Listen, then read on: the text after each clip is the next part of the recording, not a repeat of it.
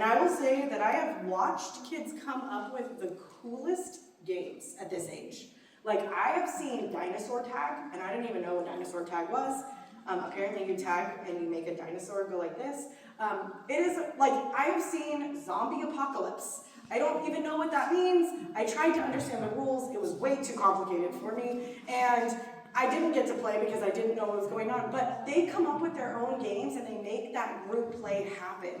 If they haven't learned those skills prior to that, they're not going to be able to engage in group play. There's going to be constant conflict. There's probably going to be some aggressive behavior because let's be real, developmentally, what's the fastest way that you can get someone to leave you alone?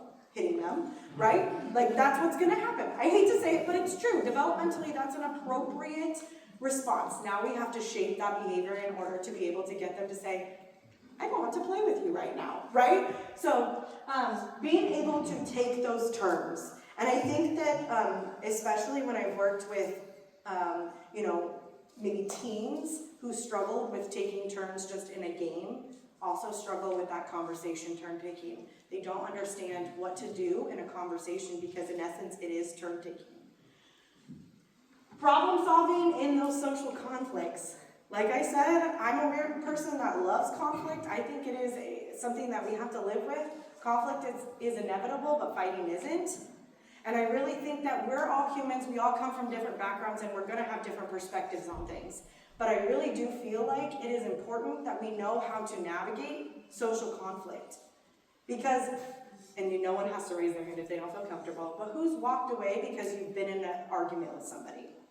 It's probably happened pretty regularly, right? Because it's more comfortable to walk away than to try to work through it in that moment. Also, your emotions are probably pretty high, and it might not be a good idea. I know I've said things inappropriately when I've been upset in those situations.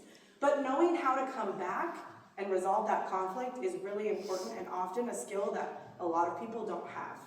And I will say, especially I'm going to call them COVID babies, sorry, but the COVID babies that were born during the time where there wasn't that social interaction, or they were 3 to 5 in that time frame, when they came back to school, it was like someone had put lighter fluid all over the kids and set a match. I hate to put it that way, but it was like conflict after conflict after conflict after conflict, and it's because they didn't know how to work through those. It also is an important part of empathy. And I think that this is something that I do believe can be taught, but I think people have to be open to it. If you're not open to being empathetic, if you're shut down, you don't want to understand other people's perspectives, it doesn't matter how much you try to work with people to work on empathy, they're never going to get there. And I hate to sound like really negative in that sense, but that's just been my experience, is that the people that are open to learning about other people's perspectives are going to be more empathetic.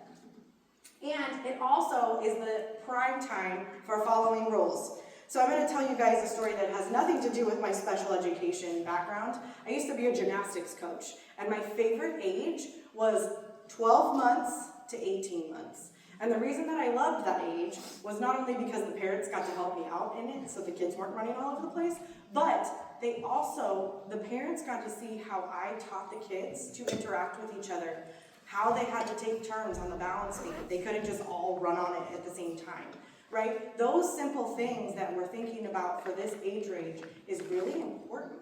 It's really important to understand that across the board, all of these skills build on one another, and if we're missing one, then we're going to have, it's going to impact our other social skills moving forward.